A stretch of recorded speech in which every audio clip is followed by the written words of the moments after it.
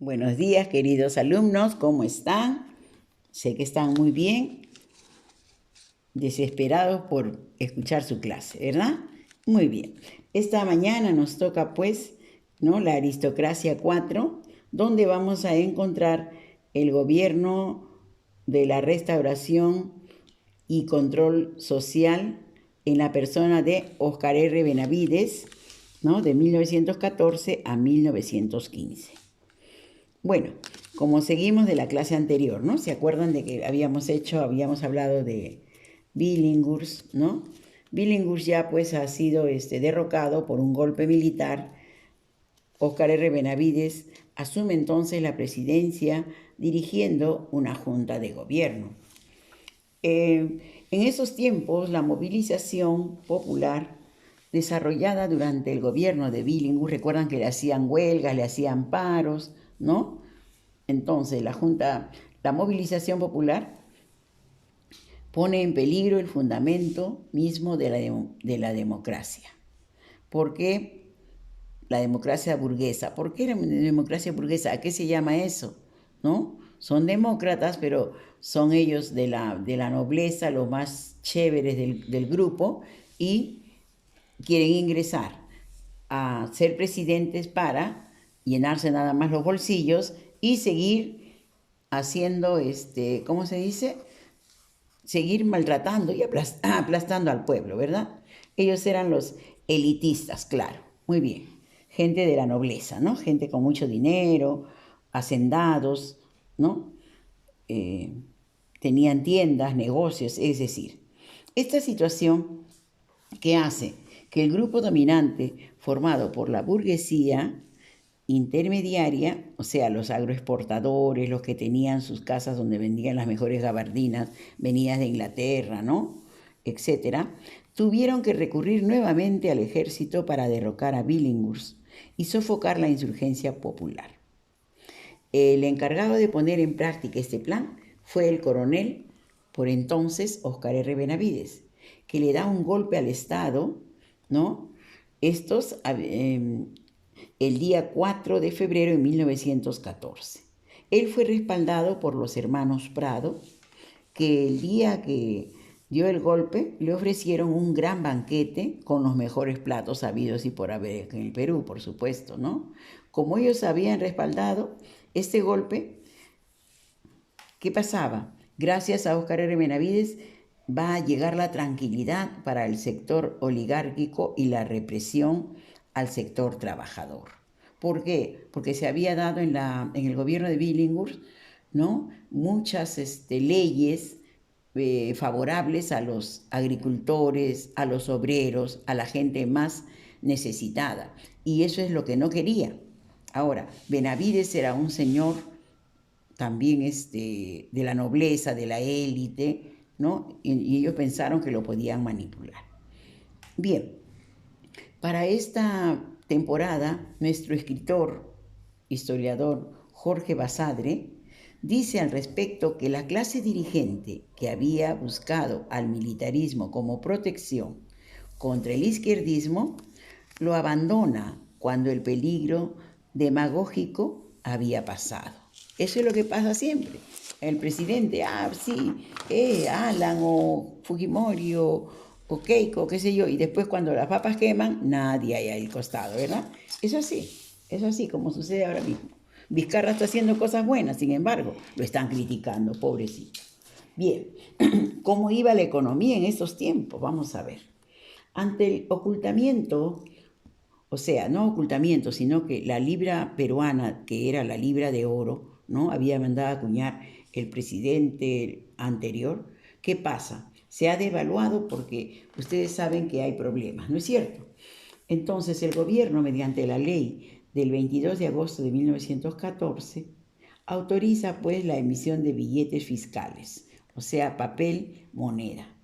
Entonces la moneda se devalúa la nuestra y sufre una inestabilidad social, la que ya vivíamos en el Perú. El temor que despertó el estallido de la Primera Guerra Mundial sofoca a todo el Perú. Hay un problema. En este gobierno se agravó el problema con la London Pacific Petroleum Company, que extraía el petróleo de la Brea y Pariñas. Además, esta empresa había declarado oficialmente 10 pertenencias. Esta empresa pues se aprovecha del Perú, por supuesto, ¿no es cierto?, por las cuales se pagaba un canon de 300 soles anuales, suma total ridícula y burla de interés nacional al pueblo peruano. O sea, ellos sacaban todo nuestro petróleo, las minas, y nos pagaban 300 soles al año. Una burla.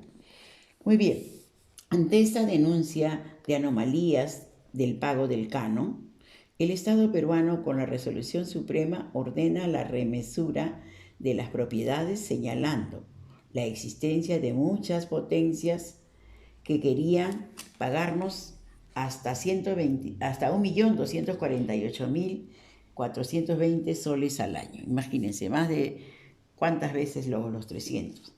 Entonces, la London Pacific objetó estos resultados, negándose a pagar los impuestos que no había pagado desde 1890. Para evitar problemas, la London Pacific envió sus acciones a Standard Oil of New Jersey de Estados Unidos, que luego formaría la International Petroleum Company, que se negó también a pagar la deuda contraída por los impuestos evadidos que había heredado de la London Pacific. Este problema se agudiza con el correr de los años y al final el Instituto Peruano de Cultura se adueñaría del recurso petrolero con el yacimiento y territorio. Como no hubiera estado vivo en estos tiempos Velasco, ¿no? Porque se los mandaba rapidito a su país y le quitaba todo. Bien, vamos a ver, en la política internacional, ¿qué encontramos? Bueno, en la política internacional en esos tiempos, en 1914 se inaugura el Canal de Panamá bajo el control y los ojos de Estados Unidos, siempre Estados Unidos, que le daba a este país del norte la capacidad de controlar las rutas comerciales entre los océanos Atlántico y Pacífico. Tuvo un lado positivo para el Perú, ya que así pudo librarse parcialmente del control comercial chileno desde Valparaíso. Eso fue conveniente para nosotros. Este canal de Panamá se construye sobre la novísima República de Panamá, territorio que se separa de Colombia por intereses de Estados Unidos. El Estado colombiano protestaba por la pérdida de Panamá y la medida del imperialismo norteamericano de controlar en beneficio propio un nervio comercial de gran importancia para toda América. Estos reclamos cesaron cuando posteriormente Estados Unidos arregló con compensaciones territoriales en favor de Colombia y en perjuicio del Perú. Ya sabemos el trapecio de Colombia que lo perdimos, ¿no? Eso ya lo hemos visto. Bien, ahora sí vamos a entrar al segundo gobierno de José Pardo y Barreda, 1915 a 1919. También al final vamos a ver el fin de la aristocracia. Bueno, las elecciones del nuevo presidente se hizo mediante la convención de los partidos, en los cuales se encontraba el Partido Civil, el Partido Liberal y el Partido Constitucional. Esta convención fue presidida nada menos que por Andrés Avelino Cáceres, que elige a José Pardo y Barreda como presidente en representación del Partido Civil. Bien, a pesar de los intentos conciliadores en la nación, con la promulgación de una ley de amnistía, se levanta una fuerte oposición de los sectores sociales, medios, a través de las publicaciones periodistas del Tiempo y El Mosquito. Miren esos nombres del periódico, Mosquito, ¿no? Que pica, pica y molesta, pero a veces no los pueden votar. Muy bien, el Perú en el contexto de la Primera Guerra Mundial. Sucede pues que justamente en el gobierno de este señor que recién ingresa, ¿no?, estalla el desarrollo de la Primera Guerra Mundial, que repercute en la economía peruana, provocando el aumento de las exportaciones hasta en un 300%, en beneficio de los agroexportadores y empresas mineras. Los productos que más se exportaban era el algodón, la variedad Tanguis, que es una de las mejores en el mundo, ¿no? Además, azúcar, petróleo y cobre. cuyos precios experimentaron un alza importante. Por este periodo se denomina renacimiento civilista por el notable incremento de exportaciones, aunque las ganancias estaban concentradas solamente en los dueños, que eran un grupo reducido, ¿no? Esta pequeña bonanza económica trae como consecuencia la capitalización de los sectores agrarios, mineros y aumento de trabajadores asalariados. Hay plata, se puede contratar a más gente, ¿no? Para poder pagarle. Bueno, cuando culmina la Primera Guerra Mundial, el capitalismo inglés se somete a una reorganización para superar la crisis posbélica. Entonces reduce la exportación de capitales a países como el Perú. En cambio, entra en aumento y con fuerza el capital financiero norteamericano, que desplazó al capitalista inglés. Bien, por otro lado, el Perú vivió una consecuencia de la Primera Guerra Mundial. El aumento de las importaciones en nuestro país no había ni siquiera una mínima resistencia arancelaria. Además, produce un reinicio de una tenaz lucha sindicalista. Muy bien, sindicalista ya saben, ¿no? Paralelo a estos hechos, el Perú sufre una fuerte recesión afectando la economía de todos los trabajadores de los sectores urbanos, haciendo aún insoportable la condición de los explotados y marginados. Otro hecho importante, los agricultores preferían sembrar algodón y ya no sembraban alimentos. Entonces se sufre pues una baja de alimentos generando un desbordamiento y aumento de precios en dichos productos. O sea, ya no había papa, no había choclo, no había verduras, no había azúcar, no había arroz. ¿Por qué? Los agricultores, algodón, porque eso es lo que vendían a Estados Unidos, ¿no? Para estos entonces, para colmo de males, sucede también que cuando gobernaba José Pardo en el año 1917, se sucede la Revolución Rusa en el mes de octubre. Rusia triunfaba la Revolución Bolchevique, la cual por primera vez en el mundo instauró el socialismo, dirigido por Vladimir Ilich Ulyan Lenin. Este acontecimiento social impactó a nivel mundial. El Perú fue influenciado tanto en ideología como en política. Los obreros luchaban en el Perú solo por reivindicaciones económicas, miren ustedes. Ya no querían comida, querían plata. Por la acción de intelectuales socialistas peruanos, comenzaron a orientarse en el rol social para asumir y concretar sus aspiraciones postergadas durante muchos años. Esto dará inmediatamente, a partir de 1920, con José Carlos Mariátegui, quien se identifica con los sucesos de Rusia. O sea, se identifica con ese sistema político, ¿verdad? Ideológico, por supuesto. Sabemos que Mariátegui, pues, ha sido un jovencito que ni siquiera fue al colegio.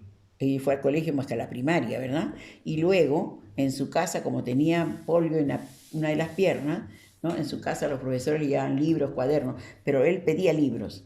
Y sin embargo ha sido un crítico de la Universidad San Marcos, crítico literario, político, imagínense, un hombre que no iba al colegio, así como nosotros hoy no vamos al colegio, pero estamos recibiendo nuestra instrucción.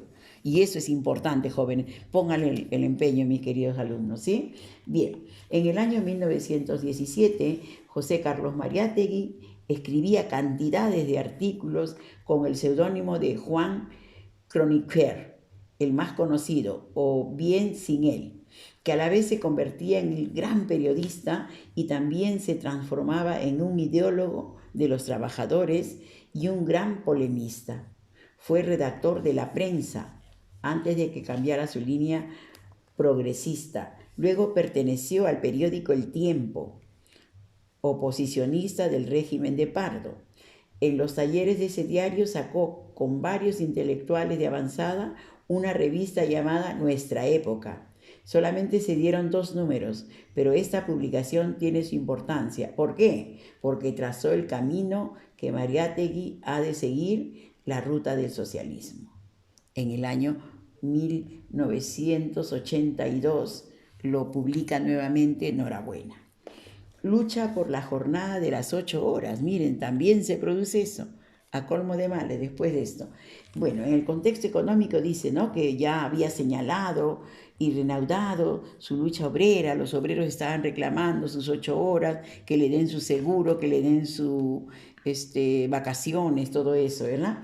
Bien, reivindicando los derechos de las clases trabajadoras, volvieron a organizarse bajo la ideología del anarquismo, cuyo principal vocero periodista fue la protesta. Ellos estaban decididos a alcanzar las 8 horas de trabajo, para lo cual crearon el Comité Pro 8 Horas. Posteriormente crearon el Comité Pro Paro, compuesto por delegaciones de diferentes centros de trabajo para coordinar el paro general con medidas fuertes de lucha. La huelga se reinicia con mucha fuerza el 23 de diciembre de 1918 y este movimiento está plagado de estudiantes, empleados identificados con el sentir proletario. Los conflictos, bueno, se vienen a dar sucesivamente, ¿no?, a partir del 2 de enero del 2019 con la huelga de Federación de Obreros y Panaderos, Estrella del Perú, a la que se unen luego los obreros textiles de las fábricas El Inca. El Inca era una fábrica de zapatos, por si acaso. Victoria, de galletas. Sí, ya dije eso. Victoria de Vitarte, perdón, Vitarte, San Jacinto. Ustedes saben que es la industria San Jacinto de textiles, ¿no? La Unión, muy bien. El 8 de enero de 1919, ante la magnitud de los conflictos sociales, el presidente Pardo suspende las garantías individuales, así como ahora estamos con el toque de queda igualito, ¿no? Ordena el ataque a la fábrica de Vitarte, donde se captura a varios dirigentes obreros para poder conversar con ellos. Ante esta medida de represión del gobierno y la negativa de los patrones, o sea, los jefes de las fábricas, de resolver los problemas, la clase proletaria desarrolla del 13 al 15 de enero un paro general con unas características especiales, como por ejemplo, el 13 de enero, enfrentamiento contra la fuerza represiva del Estado, ¿sí? El 14 de enero, escasez de alimentos en todo el país. El 15 de enero, enfrentamiento entre obreros, gendarmes. Gendarmes era la policía, por si acaso, ¿ya? No se llega a ningún acuerdo. Estos 3 días estaban prácticamente sin comer y nada. Un grupo de estudiantes universitarios agrupados en la Federación de Estudiantes del Perú se une a la lucha obrera, pero los dirigentes estudiantiles de esta federación aprovechan estas circunstancias para ganar renombre político a costa de la lucha proletaria. Siempre nos faltan los oportunistas.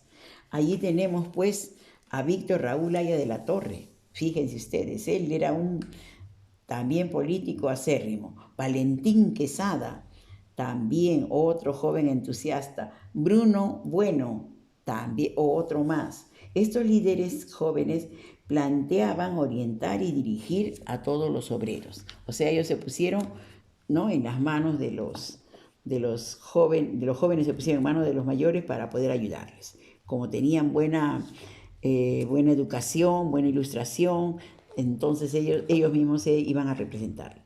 Ante estas contundentes luchas proletarias, el ministro de Fomento, que por aquellos entonces era Manuel Vinelli, propone al presidente Pardo la promulgación del decreto que establezca las 8 horas de trabajo para frenar así la lucha obrera.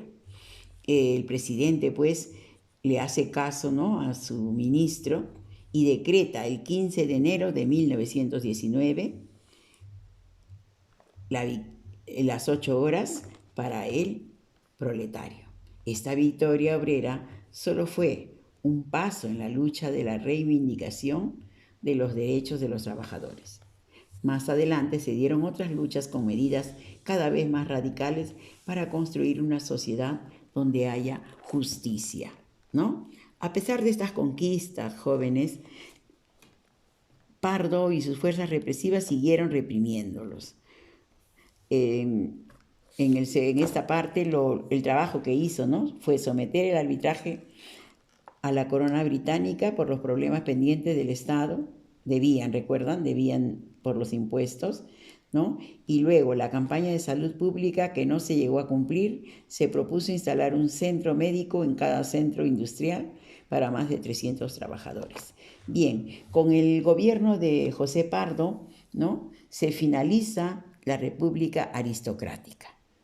La constante lucha, ¿no?, la guerra mundial, ¿no?, los sectores sociales, bueno, todo eso ya queda de lado y queda finalizada la República aristocrática.